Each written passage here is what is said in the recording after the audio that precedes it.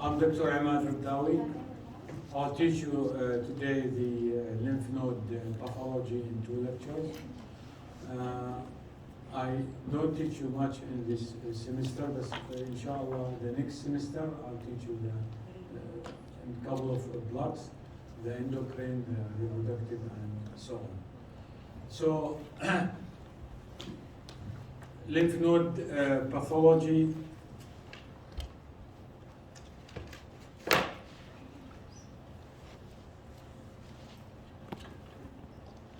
So the lymph node pathology, actually, it's a very, very important topic. And it's not easy at all to teach it in 2 hours. But we'll try our best to go through whatever is important for you as a med student, as a year 3 student, and for you also as a general practitioner in the future. So what I ask you to do is just to focus with whatever I say in the lecture, and I think you will be fine. You know, it's not an easy topic to go through lymphoma, lymphoid, neoplasm, and so on, but we'll try our best, again, to focus on the most important issues. So I ask you first to close your cell phone, okay? Close cell phone.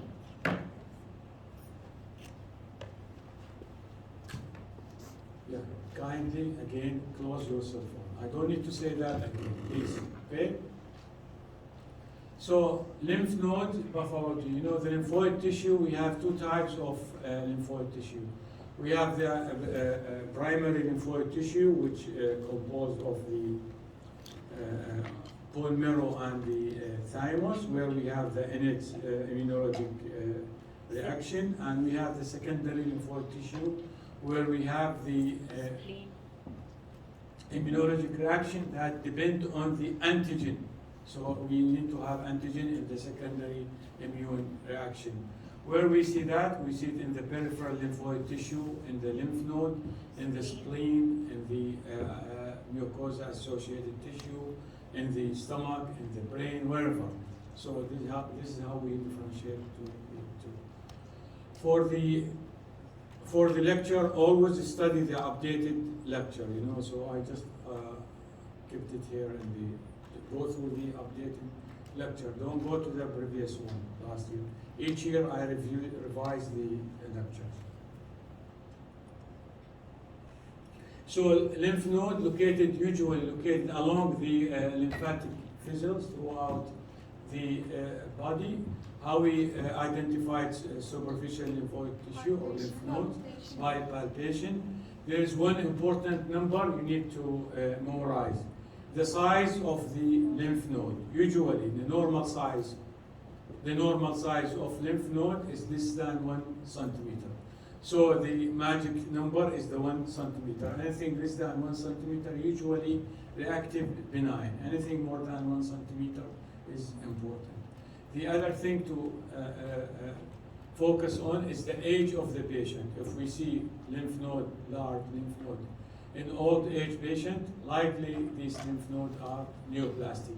We see lymph node in young age group, usually these lymph nodes are reactive. So the age and size of lymph node is really key to evaluate the lymph node.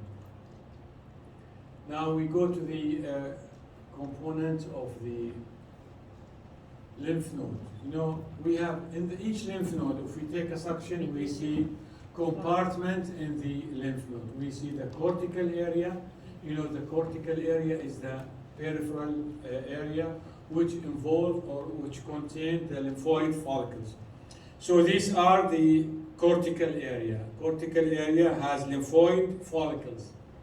The lymphoid follicles are 2 types, either primary lymphoid follicles, the ones without germinal centers. The primary follicles, it means lymphoid follicles which has not yet been anticipated to any immunologic reaction. These are the primary follicles.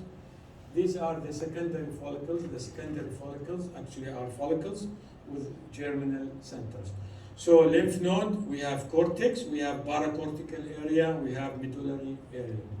Why it's important to know all of that? The cortical area, we said lymphoid follicles. Remember, lymphoid follicles are always B cells. So it's important that if we see follicles or follicular formation, it means we have B cells. So cortical area, the lymphoid follicles are always B cells. The area beneath the lymphoid follicles we call the paracortical area. Paracortical area usually are T cells. The lymphoid cells in the center around the medulla actually are B cells, T cells, plasma cells, macrophage, and so on. So we have the cortical area B cells, paracortical area T cells, and we have the medullary area, which are multiple kind of cells. So these are cortical lymphoid follicles, paracortical area, and medullary area. Lymphadenopathy, what's lymphadenopathy? Lymphadenopathy is a very common term we use in clinical practice. Lymphadenopathy means lymph node enlargement, just lymph node enlargement, regardless of the etiology. The etiology can be either neoplastic, reactive, infectious etiology, so lymph node enlargement, lymphadenopathy. Lymphadenopathy, lymph node enlargement can be either localized in the neck, in the axilla, in the abdomen, or it can be generalized. It can be seen everywhere. So lymphadenopathy, you need to remember the terminology that we use a lot in clinical practice. Investigation for any lymphadenopathy, clinical history, we go to the blood work, CBCs, and so on. We do a serology test, we do fine needle aspiration, we do biopsy. What fine needle aspiration? What do we take with fine needle? So fine needle aspiration is a technique where we insert the needle and take cells. Aspiration, cells, not tissue, cells. So how it's different from fine needle core biopsy. In core biopsy, we take tissue for examination. So what types of biopsies we use? Either core biopsy, incisional biopsy. You know what incisional biopsy? We have a slice. We take a slice of the tissue in incisional biopsy. Excisional biopsy, we take the whole lymph node for examination.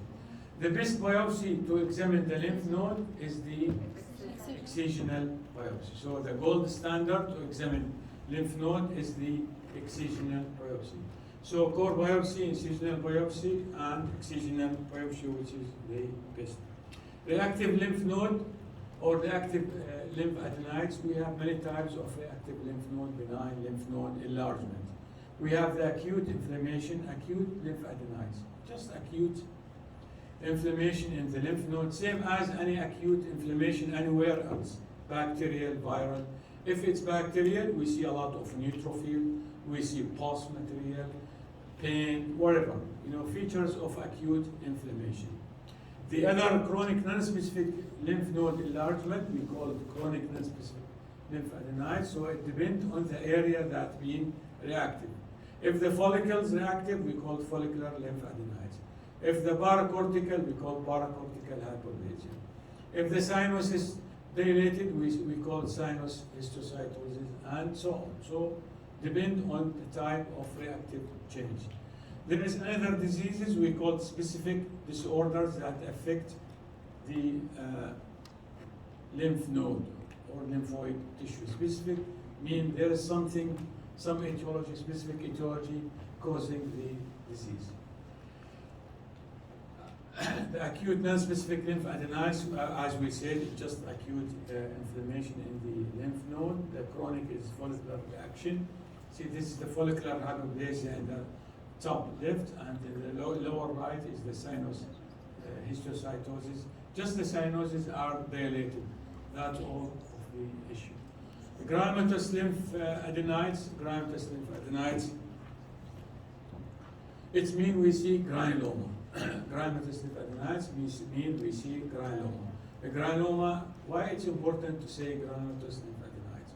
We defined granuloma in the lymph node. It's important because it limits the differential diagnosis. Granulomatous disease can be seen in very specific disease. in TB, granuloma, sarcoidosis, fungal disease, and so on. So granulomatous lymphadenitis. This is just a cartoon to show you the follicular reactive change in the lymph nodes. Reactive hyperplasia, normal in the top, here follicular hyperplasia, paracortical hyperplasia, sinusocytosis here, and so on. BCG in lymph node, sometimes we give the vaccine for TB, BCG, and later on we see granulomatous lymphadenitis. Now we go to the specific disorder. Specific disorder means we have a specific disease that we need to know about. Specific disorders, we're going to go through into infectious mononucleosis disease, cat-scratch disease, toxoplasmosis, Kikoshi's disease, and lymphadenopathy in HIV or AIDS patient. Infectious mononucleosis, very, very important disease, infectious mononucleosis. It's usually infectious mononucleosis is an acute self-limited disease. Actually, 90% of people, adult people, can have some positive reaction before for infectious mononucleosis. So it's very, very important or very common disease. It's caused by the EBV. Usually, most of the cases seen, the clinical cases in the adolescent age. So it's a disease usually self-limited in the adolescent age. The most likely presentation of infectious mononucleosis, we see sore throat, we see fever, we see hepatomegaly, we see splenomegaly. So these are the clinical presentation of infectious mononucleosis. The EBV is, we call the human herpes virus 4, is a gamma virus. There are features that we've seen in addition to the clinical presentation in infectious mononucleosis, what we call atypical lymphocytosis. What atypical lymphocytosis? Atypical lymphocytosis means we see atypical morphology or lymphocyte with atypical morphology. Close your cell phone please until the end at the top. Close your cell phone. Okay, you came late and you're playing with your cell phone. Close your cell phone, okay?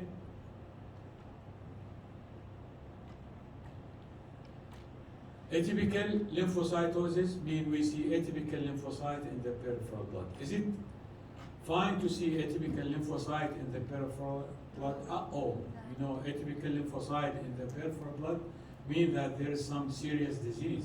Usually, where we see atypical lymphocyte in the peripheral, usually we see it in leukemia or atypical disease. So it's not good at all to see atypical lymphocyte.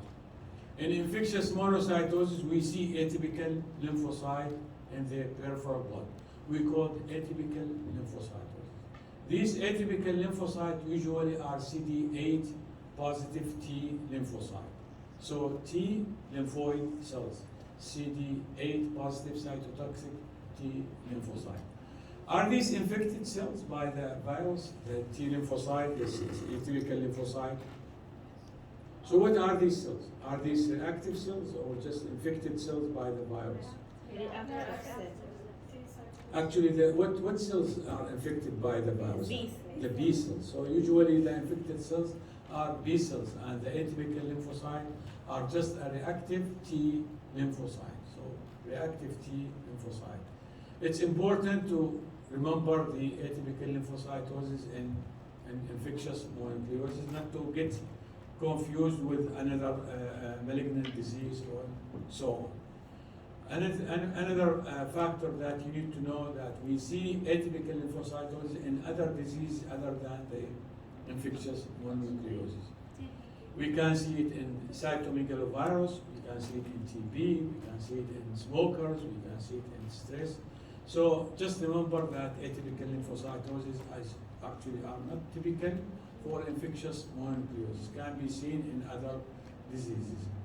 If you want to remember a disease that can show atypical lymphocytosis, and it's really, really important to memorize, remember the cytomegalovirus. Okay? So the cytomegalovirus infection can show atypical lymphocytosis. Okay? This, the cytomegalovirus involvement by infectious mononucleosis, it was a question 2 years ago in the UCLA Step 1 exam.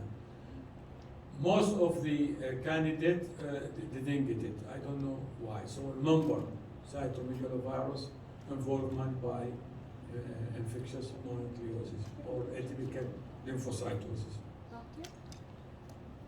Doctor, you also mentioned leukemia. Was that for the atypical lymphocytosis? Sorry? You also mentioned leukemia, doctor. Is it also for the atypical lymphocytosis? You mentioned leukemia. Was that for the atypical lymphocytosis too? I mentioned Leukemia. leukemia. Yeah, I mentioned why I mentioned leukemia. I said to see atypical lymphocyte in the peripheral blood is not a good sign. And many times we see atypical malignant lymphocyte in the peripheral blood in leukemia.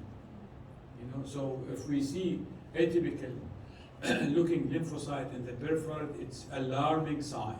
But it can be seen in benign self-limited disease like infectious mononucleosis.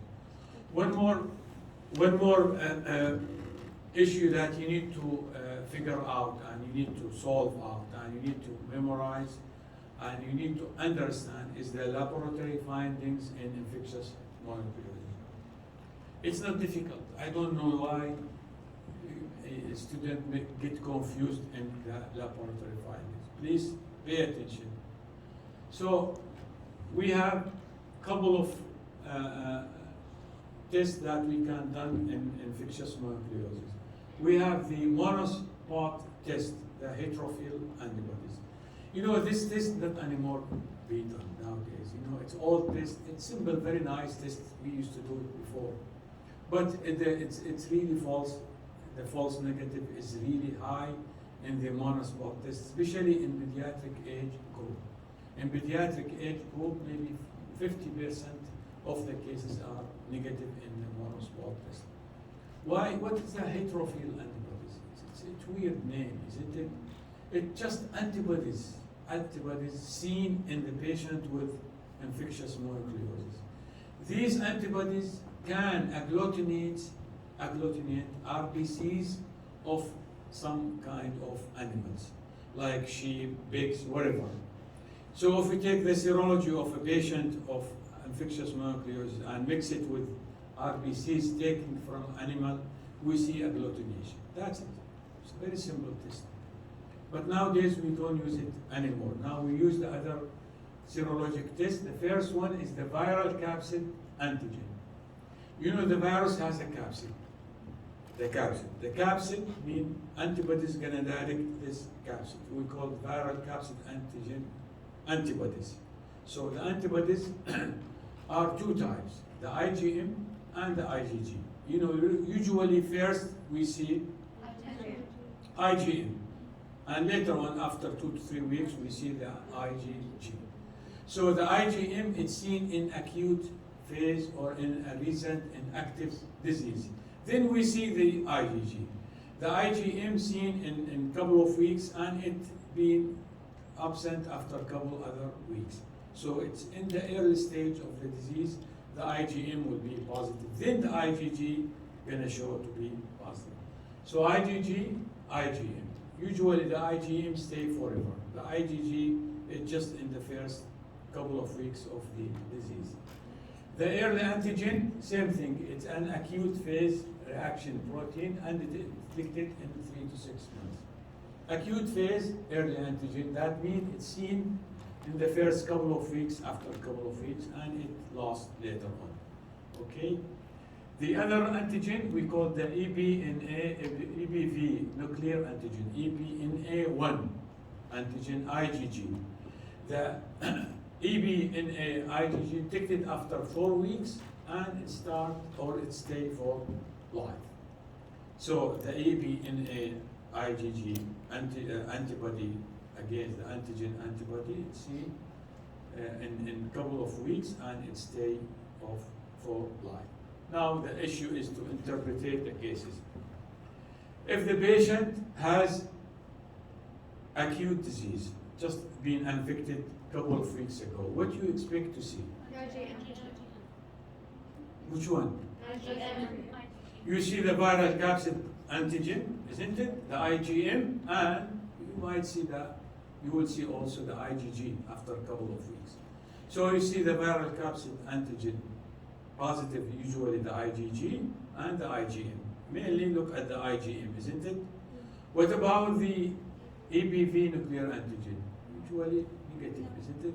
So if the EBNA antigen 1 negative and the viral capsid positive, that means it's an acute disease. What if it is chronic disease? What you will see? IgG. You will see the viral capsid antigen IgG, and you will see the EBNA1 IgG, isn't it? Yeah. Is it simple? Why it's difficult in the exam? So that's it. So what if you see EBV, EBNA, IgG It's a chronic. positive, and you see viral capsid antigen IgM positive, and IgG positive. So all of this, Acute. excellent. So you see it's reinfection. So the patient already infected before, and again, patient again reinfected. So it's reinfections, okay? So what if all negative? If all negative, Healthy. sorry? Either the patient is not infected by infectious molecule, or yeah, if it can be immunocompromised, isn't it? So it can be immunocompromised. Be careful about this. So this is the way how we interpreted the serology findings in infectious molecules. You know, in any disease, in any patient, in a clinical case scenario, we should not go right away to direct test without getting the full clinical history for clinical examination. Start with the basics. You know, we have to be systemic in evaluating the patient. Biopsy, is it good to take a biopsy in infectious molecules? It's the worst decision you can take in your life is to ask for a biopsy for infectious moleculosis. You know, infectious moleculosis, it's very attractive disease to take biopsy. Why? Sometimes infectious moleculosis present with a big, huge neck lymph node, axillary lymph node. You know, this is a typical presentation, isn't it? We said sore throat, fever, lymphadenopathy, hepatosplenomegaly. It looks like everything fit to have some neoplastic process. So some clinician right away, okay, I make it short and take a biopsy, examine it, and let it go from there. It's so bad to take a biopsy in this case scenario. What should you do in this case? In this case, clinical examination, you know, take a clinical history, do some serologic examination, look at the patient young, adolescent, 18 years, 19, 20 years with lymphadenopathy. He has some sore throat, some fever. So it's good fit for infectious moleculosis. You need to ask for the serology before you do anything else. Some people jump to the biopsy and get in trouble. Why they get in trouble? Because the histopathologic examination in infectious moleculosis many times confused with malignant lymphoma. So what you need to memorize that we should not take a biopsy from infectious moleculosis patient, because sometimes if it's been examined by an experienced clinician, it will go to be diagnosed as malignant lymphoma. So not good to take, actually it's not good to take biopsy at all in infectious moleculosis.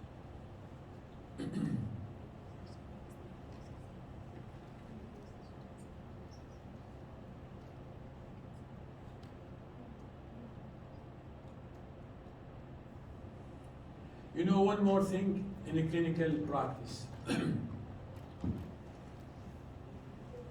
The lymph node enlargement is not a good sign, isn't it? Usually lymph node enlargement in young age group, in young age group, usually it's benign. Most of the time, reactive, either tonsillitis, whatever, most of the time. But sometimes we see lymph node enlargement in some areas that really alarming. So which lymph node enlargement that you don't like to see and it looks like really alarming? Which side? You have axilla and submaxilla, anterior neck. Excellent. What you said? Posterior neck. Why we don't like the posterior neck lymph node enlargement? To the vertebra. Why?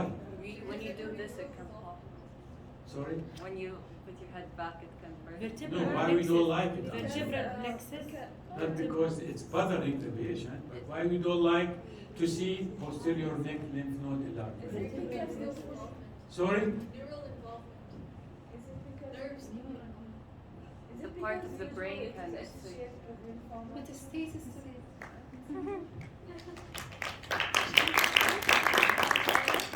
This is the fourth time. What's the answer? So, posterior neck lymph node enlargement is an alarming sign for lymphoma. Most of the time, posterior lymph node enlargement in the neck is really, most of the time, except in pediatric age group who has infectious mononucleosis. So if you have a posterior neck lymph node enlargement in a kid, right away ask for serology test. It can be infectious mononucleosis. And the serology will come positive and you clear yourself and the alarm of it. Okay? Just remember this in the clinical practice.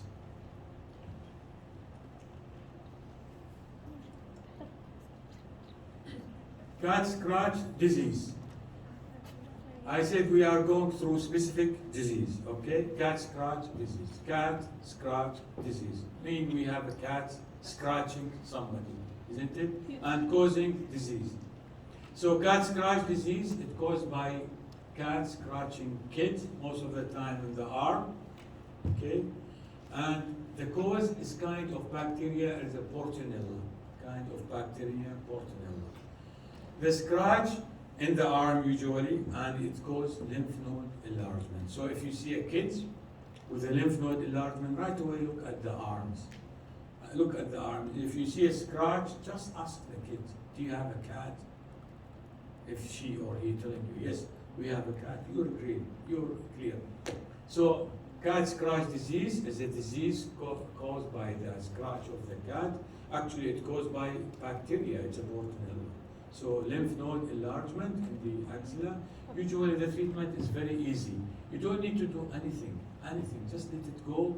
You can give him some erythromycin and let the patient go home. Don't bug him, that's it. It's a self-limited disease with some erythromycin, that's all. Even if the lymph node is really clearly enlarged, neck, axilla, and so on. Doctor, you wrote the second point, it's not from cats to humans. What do you mean? It's not transmitted from cats to humans. Sorry? The second point, Uh-huh. at the end of the sentence. Yeah, it's harbored by kittens and young cats, transmitted between cats by cat flea, but not from cats to human. Yeah, cat flea, from cat flea. Yeah, I know, but what do you mean it's not from cats to humans? They're not direct, but by the flea. You mean it have intermediate host Yeah, the bacteria? it's a bacteria. Okay. The cat doesn't cause the disease. Yeah, an intermediate host is one. Indirect side. Okay, so cat scratch disease. Toxoplasmosis.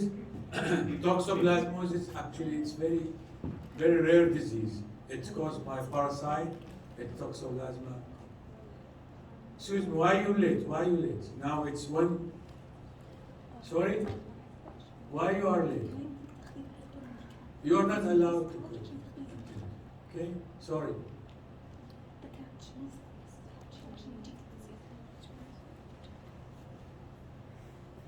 So toxoplasmosis, it's caused by parasite, which is Toxoplasma gondii. Presentation, either asymptomatic or sometimes present with lymph adenopathies and so on. It's really a rare disease. It's transmitted again by the cat feces or undercooked meat. So cat feces or undercooked meat. It's a rare disease. We rarely see toxoplasmosis now. Remember, in toxoplasmosis, we see two components: follicular hyperplasia and epithelioid granuloma, tiny small epithelioid granulomas. So follicular hyperplasia, tiny small epithelioid aggregate. It's not clear granuloma, a tiny small aggregate make the diagnosis of toxoplasmosis. And we need to find out the Toxoplasma gondii within the cytoplasm. Doctor, and mostly it will affect the pregnant women, right? Like,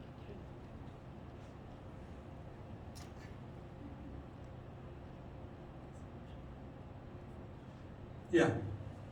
So now we move to another disease, Kikoshi's disease. You know Kikoshi's disease, the name, it looks like a Japanese name, isn't it? It's usually seen in Asia. But actually we see cases here. We see cases of Kikoshi's disease. What you need to memorize about Kikoshi's disease, it's a disease, you know, we don't know what the etiology of that disease. It presents with the lymph node enlargement in young adult females. So females, young adult females with lymph node enlargement, we take a lymph node for histopathologic examination and we see necrotizing lymph adenites. We see necrotizing lymph adenites in the lymph node. And what's important about Kikoshi's, why it's important? So it's just disease with lymph node enlargement. What's important about this disease, it's confusing a lot with lymphoma. It looks like a lymphoma. What you need to differentiate between this disease and lymphoma is to look at the necrosis. Usually, what is the main cell in necrotic tissue? What the main cell you see in necrotic tissue? Neutrophils. That's what you say? Neutrophils. Here in Kikoshi's disease, you don't need to put small one. In Kikoshi's disease, we see necrotizing lymph adenitis without neutrophils. So this is the key to pick up Kikoshi's disease. Again, remember Kikoshi's disease, it's a cause of lymph node enlargement, and it's really seen here. We see a lot, not a lot, but we see it from once a while, Kikoshi's disease is. So, good to remember. Now, lymphoma or lymph adenopathy in AIDS, in HIV disease. You know, in HIV disease, in the early stage, we see lymphoid hyperplasia. In late stage, because there's a depletion of the immune system, we see atrophic lymph node. Remember, in AIDS or HIV patient, there are a lot of diseases that we see in immunocompromised HIV patient. We can see Kaposi sarcoma, we can see lymphoma, we can see tuberculosis. So a lot of neoplastic and infectious disease can be seen in a patient of HIV etiology. So all of these can be seen in lymph node. Now we move to the lymphoma. You know, it's so hard to teach lymphoma, malignant lymphoma, or neoplastic lymphoid tissue in an hour. Is it possible that you can outline the features of neoplastic process or lymphoma in 1 hour? The answer is yes, inshallah. We will. You know, you don't need to know everything about lymphoma. What you need to know is the outlines of lymphoplastic disorders. So we're going to go through the major components of neoplastic lymphoma. We're going to go through the major classification of lymphoma. And then we're going to go through the most important lymphomas that you need to memorize and some other issues. So just focus with me in 1 hour, and inshallah you will be fine. That's all you need to know for lymphoma as a year 3 or a general practitioner. You don't need to be an expertise in lymphoma, but you need to know about the major concept, the major component, the major issues, the major piece of information about lymphoma. So lymphoma is a neoplastic process of lymphoid tissue. Is lymphoma benign or malignant? Or can be benign or malignant? Always malignant? Lymphoma. So lymphoma always malignant. It's a misnomer, isn't it? Yes. It's usually when we say adenoma, it's adenoma benign or malignant. When we say adenoma. Adenoma always benign. What about sarcoma? No, malignant. Always malignant, is it? Carcinoma? Adenocarcinoma? Always malignant. Adenoma? Carcinoma is malignant. Carcinoma. So, what about hematoma? Hepatoma is malignant. No, it's not a neoplasm. Oma. Hematoma? Oma. Hematoma, no, it's not. Hematoma, not hematoma. Hematoma. Hematoma. So hematoma benign? Why lymphoma malignant and hematoma? لأن lymphoma goes everywhere. So lymphoma always malignant, hematoma again another misnomer. Hematoma means hepatocellular carcinoma. Okay? Is there any other misnomer in the neoplastic process? Myeloma. Excellent. Multiple myeloma. Yeah, but one more to have club. Myeloma, multiple myeloma is always malignant. Melanoma. Excellent. You should go to pathology. She was. Really? We recommend. So lymphoma always malignant neoplastic process originating from lymphoid tissue. Lymphoid tissue can be seen in lymph node or outside the lymph node in lymphoid tissue. Can we see lymphoid tissue in the brain? Lymphoid cells in the brain? Always there's lymphoid cells in the brain. So we can see lymphoma in the brain. Can we see lymphoma in the stomach? It's common disease. So lymphoma, the skin, it can be seen everywhere. So malignant lymphoid tissue or malignant lymphoma is, we call it lymphoma, malignant always, can be seen either primary disease from the lymphoid lymph nodes or outside the lymph node. If it's originating from lymph node, we call it nodal lymphoma, mean originating from the lymph node. If it's originating outside the lymph node, we call it extranodal lymphoma. Okay, this is the way it is. Lymphoma always clonal. Clonal disease means it's pick up one cell through the cell differentiation and continue to be neoplastic. You know, lymphoma, usually we classify lymphoma into 2 types, either Hodgkin disease Or non-Hodgkin. or non-Hodgkin disease. So Hodgkin lymphoma or non-Hodgkin lymphoma. For Hodgkin lymphoma, it's so easy. Not easy, it's simple for Hodgkin lymphoma. Hodgkin lymphoma, we have 2 subtypes, either classical Or non-classical. or non-classical. So the classical, we have 4 subtypes, and the non-classical, 1 type. So 5. 5 subtypes or 5 Hodgkin's lymphoma. Either classical, 4 classical, and 1 non-classical. The non-classical we call nodular lymphocyte predominant. Nodular lymphocyte predominant. And the classical we have 4 types. Lymphocyte predominant, lymphocyte depleted type, nodular sclerosis, and mixed celerity type. We're going to go through all of them later on.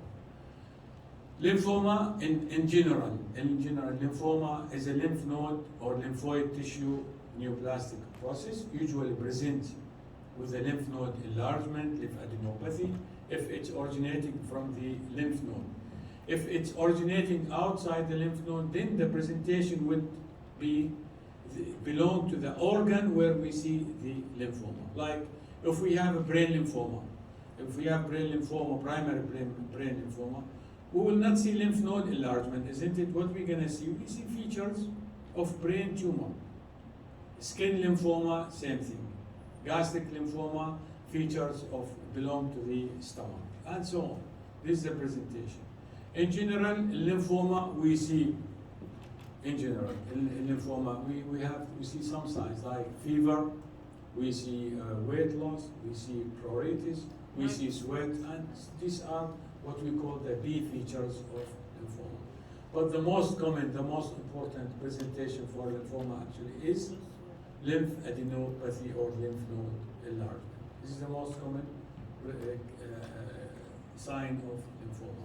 Lymphoma, remember lymphoma, any type of lymphoma can be either indolent, slow growing, or can be aggressive, depending on the type of, any lymphoma can be either indolent or aggressive, depending on the type of lymphoma. So,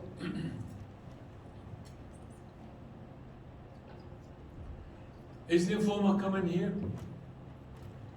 Is lymphoma as a neoplastic process common in our region?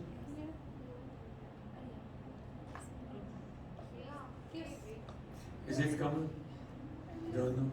Common, not common? Medium? Average? The best answer is it is very common here. So lymphoma is really a common disease in our region. Okay, remember that. And one more thing about lymphoma in our region, it can be seen in all age groups. Usually lymphoma in the West is a disease of old age group. To see lymphoma in young age group, not common in the West. But here in our area we see lymphomas. It's a common disease and it is seen in all age groups. So, how we classify lymphoma? We said two group of lymphoma. We have the Hodgkin, which is the easiest one for classification, and the non-Hodgkin. So lymphomas can be either, depend on the cell of origin, can be B cells, T cells, or natural killer cells. In addition to the Hodgkin disease, which we said we have 5 types of Hodgkin's disease. For non-Hodgkin lymphoma, sorry, you cannot enter, no. For non-Hodgkin lymphoma, depend on the origin of the disease. B-cell lymphoma, T-cell lymphoma, and natural killer cell lymphoma. As I said, classification or definition or subtypes of lymphoma are really very difficult to memorize. And why? Because it's very wide. In each 3-4 years, we have new entities coming on.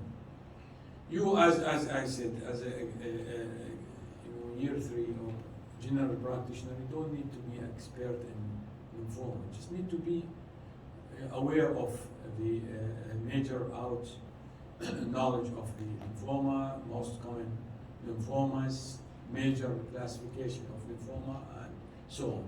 So the one we use for malignant lymphoma or non-Hodgkin lymphoma now is the WHO, which classified B-cell, T-cell, and Hodgkin's lymphoma. So B-cell lymphoma, T-cell, and Hodgkin. It sounds simple, but if we go to the sub-classification, it will be really different. So how about you take 5 minutes, or you want to continue? You're happy, enjoying, tired, want to take 5 minutes? Check. You look active? Sure? I will ask you 2 questions. Ready? So you want to continue or take 5 minutes? It's up to you. Continue. Good girls. So, B-cell neoplasm, T-cell neoplasm, and Hodgkin's lymphomas. If we go to the B-cell neoplasm, you don't need to know all of these details. These are the precursor B-cell neoplasm. It is a long list.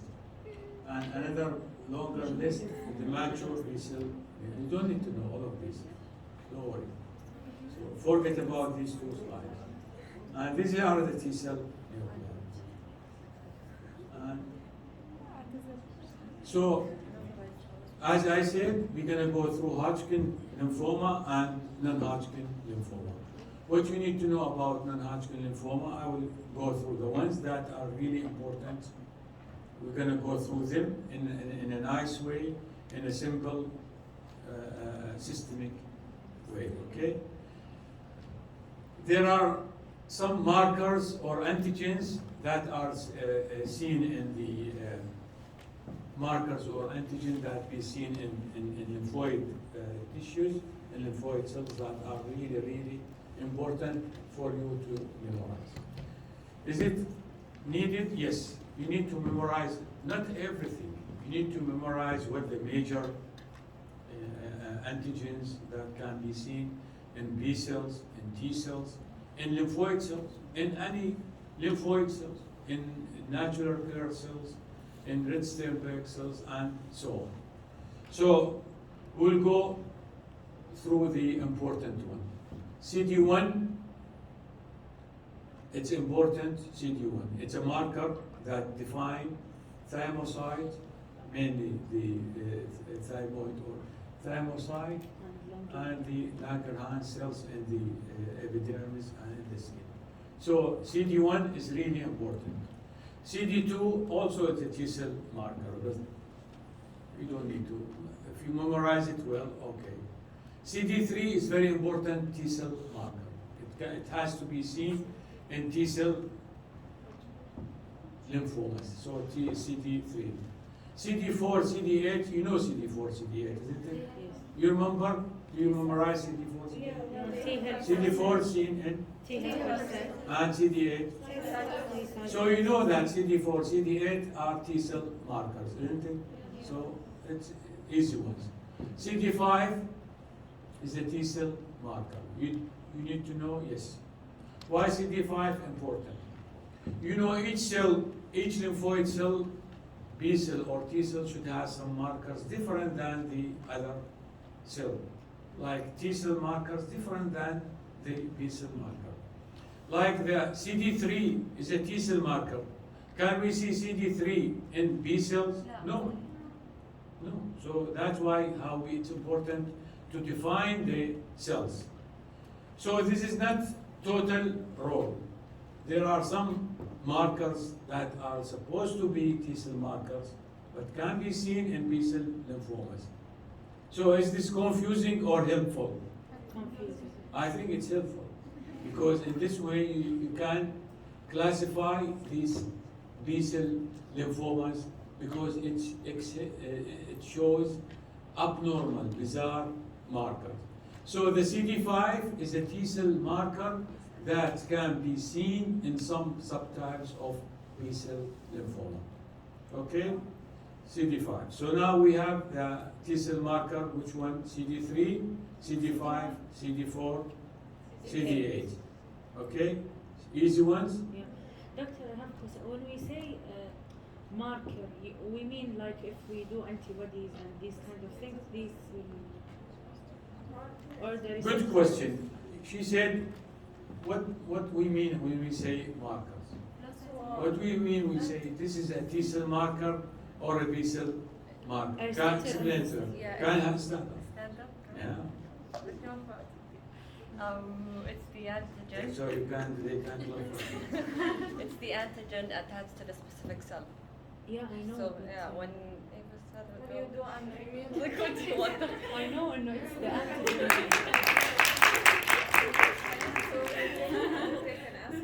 Yes, please.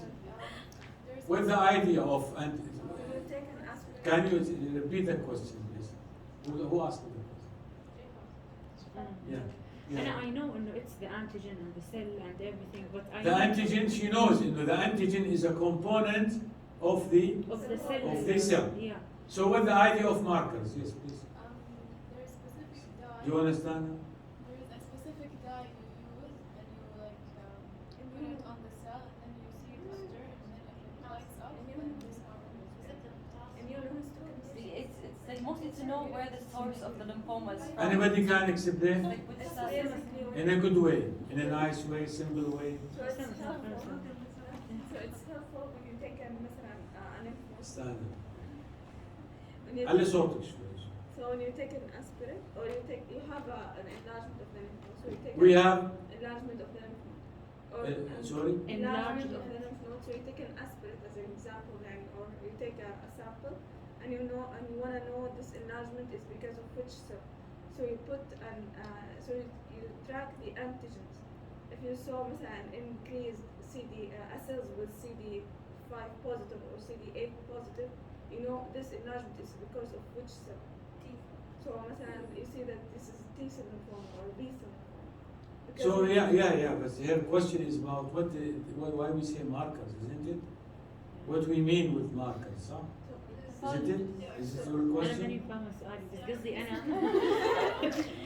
قصدي إنه سؤالك يبدو سؤالك يحتاج سؤال. لا أنا قصدي إنه يعني What we say, what is marker? Yeah. إي أنا قصدي يعني Those نحفظهم بس to identify إنه هذه التومر بس related للتي سيل خاص. Yes, the T It's not cell only itself in its genetic I material. thought your question different. What did The you T say? cell in its Yes, genetic please. Immunohistostaining and cytometry, we basically track which ones we can see. Whatever you see, you document, and this tells you which cells are proliferating abnormally. So how we do these markers? How we say this is a marker? Flow cytometry. How we do these markers? Flow cytometry. Flow cytometry. Either by flow cytometry or by immunohistochemistry. You know how we do it. Yeah. So what's the idea? How we do it? How we get the mark? How we? Okay, I have a T cell lymphoma. Yeah. How I say okay, this T cell lymphoma is positive for CD3. What does that mean? We have antibodies against Antigen antibody. Yeah, antibody. You know. You take an antigen. Each cell has antigen, isn't it? Different than antigens in the other cells. Like in T cell lymphomas, it has the CD3, okay? It has the CD3. We have antibodies we directed against the CD3, okay? So if the antibody attached to the antigen, there is kind of stain, we use another stain, and it lights up. So if the antigen is there, the antibody gonna attach and the antigen gonna light up. So that's what we say marker. Mean it's specific, it's present in this For that cell. antigen. And each cell has specific markers, means specific antigen that will react to specific antibodies. Okay? So this is the way we classify that this cell has CD3, the other cell has CD20. This is similar to like when in like breast cancer, for example, they look for BRCA2 and HER2, like those markers. Same thing, same So idea. it's the same idea. Same idea. HER2 new positive, we'll teach you that in the reproductive system. We say some breast cancers are HER2 positive. What does that mean? We have antibodies against the Herceptin, the HER2 new. We use it in the tissue. If the cancer has really HER2 positivity, it can interact with the antibody. If it interacts with the antibody, that means it lights up the stain. The stain that light up usually we use in immunohistochemistry, either brown stain, red stain, doesn't matter the color. What it's important is if it's positive or negative. So where we stop? So the T cells. Who can repeat the T cells? Yes. The first T cell markers. we have CD1, it's for thymocytes. And then CD3 is for command thymocytes. Very good. CD4 is for T helper cells. CD5 is for both B and T cells. And then CD8 is for cytotoxic CD. Yeah. These are. The three also for the teeth. Yeah. So these are the major CD3s or CD antibodies or markers that we use for T cells. Are there any other? Yes, there are CD7, CD43, but I just want you to remember the original one, the major one.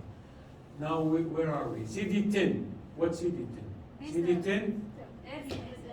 You know, CD10 is so important because it's positive in germinal center cells.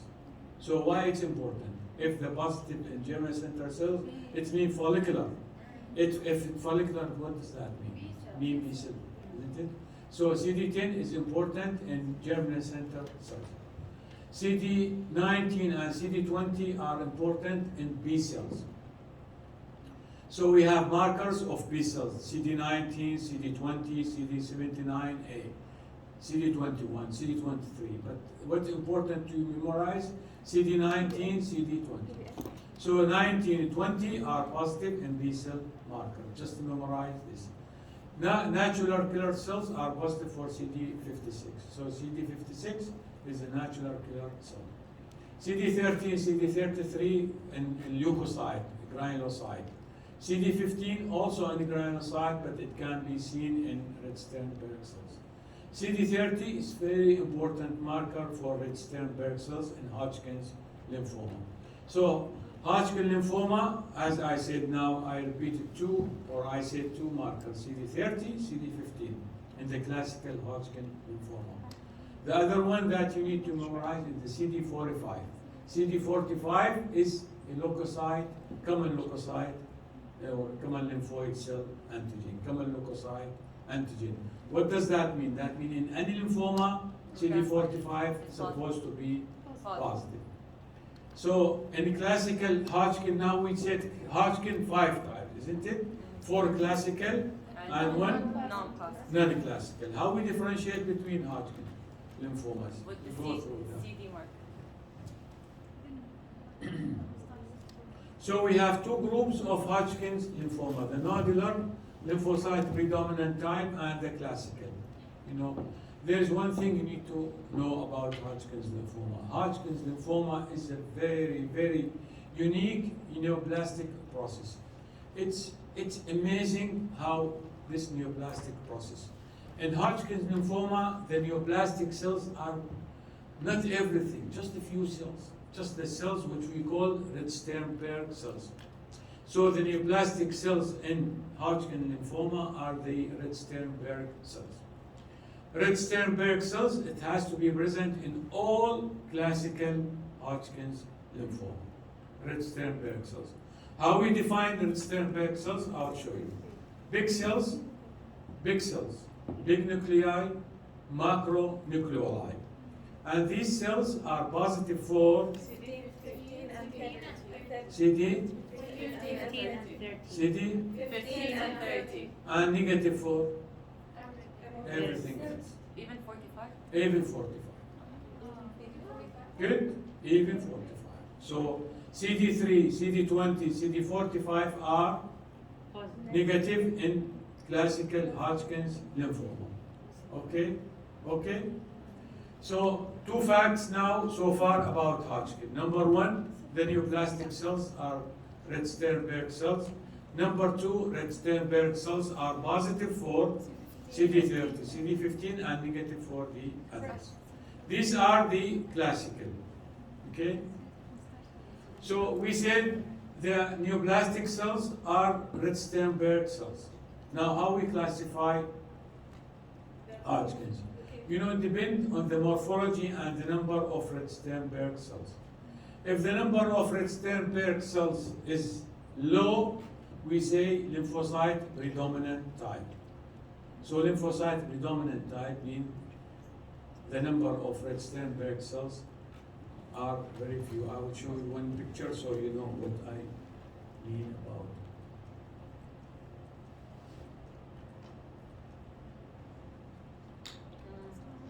Yeah. So I said Red-Sternberg cells in the center. Is it clear? Yeah. Big cell, big nuclei, macronucleoli, and usually multiple nuclei, usually binuclei. So big cell, big nuclei, macronucleoli, sometimes more than one nuclei. Sometimes. These are Red-Sternberg cells. So these Red-Sternberg cells are positive for CD15, CD30, and negative for everything else. everything else. This is one fact. The other fact, I said, this is the only neoplastic cell in Hodgkin disease. So what about the other cells in the background? You know, all the cells in the background are reactive cells, not neoplastic. Lymphoid cells, plasma cells, eosinophils, neutrophils, histiocyte. So all the cells are reactive cells. This is the only neoplastic cell, Red-Sternberg cell. Now for the classification of Hodgkin, I said, depend on the number of red Sternberg cells. If the number of lymphoid cells in the background a lot, and if we have very few red Sternberg cells, what we call lymphocyte predominant or rich type. Okay? That means the number of red Sternberg cells is really. What if the number of red Sternberg cells is very high and we have very few reactive cells? So we call it lymphocyte depleted type. Mean the number of red Sternberg cells is really high. So which one has better prognosis? The one with more lymphocytes. Yes, please. No, you have to answer me first. Okay, so I will go. Yeah. So let's repeat the concept. Okay, then we'll ask you the question. The concept in Hodgkin disease is that it's very unique disease. It's neoplastic, it's malignant. But the malignant cells are not everything in the disease, in the neoplastic process. The only neoplastic cells in all of this process is red Sternberg cells. Okay? So these cells are the only neoplastic cells. All the other cells are reactive cells, not neoplastic at all. So all the reactive cells, non-neoplastic. So for classification, sometimes we say in the 4 classical type, we say this is Hodgkin disease, lymphocytes, predominant type. Mean we have a lot of lymphoid cells and very few red Sternberg cells. So this one we call lymphocyte predominant type. What if the reverse is there? We have too many red Sternberg cells and very few lymphoid cells in the background. We call it lymphocyte depleted type. Does this make difference in prognosis? Yes. Which one is better? Who's the other one? The other one is the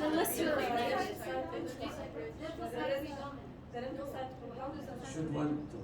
The lymphocyte rich is better. The lymphocyte predominant or rich type is much better prognosis than. Why? Because the neoplastic cells depend on the neoplastic cells. So in this way we have done with 2 subtypes of Hodgkin: lymphocyte predominant type, lymphocyte depleted type. And now we know that the lymphocyte predominant type has excellent prognosis. And we know that lymphocyte depleted type has a very poor prognosis. Okay? Now we have 2 more types to finish up with the classical. We have the nodular sclerosis type. So nodular sclerosis, classical Hodgkin. I said nodular sclerosis. What does that mean? It means it's classical, isn't it? It's classical. We said it's classical. It's classical. So when we say classical, it has red Sternberg cells that are positive for CD30, CD15. But why we say nodular sclerosis? It's classical, but nodular sclerosis. We know that lymphocyte predominant and the lymphocyte depleted depend on the number of lymphoid cells. But the nodular sclerosis, we know the classification or the subtype with the terminology. We say nodular sclerosis. It means we see nodules and we see what sclerosis mean? Fibrosis. So we see fibrosis and nodules. This is nodular sclerosis, Hodgkin's disease. There's one more fact you need to know about the nodular sclerosis, Hodgkin's lymphoma.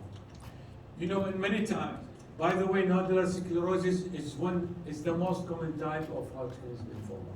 The most common type, usually, the nodular sclerosis, Hodgkin's lymphoma. If you have a case of a young age female with mediastinal mass lesion, most likely it's nodular sclerosis.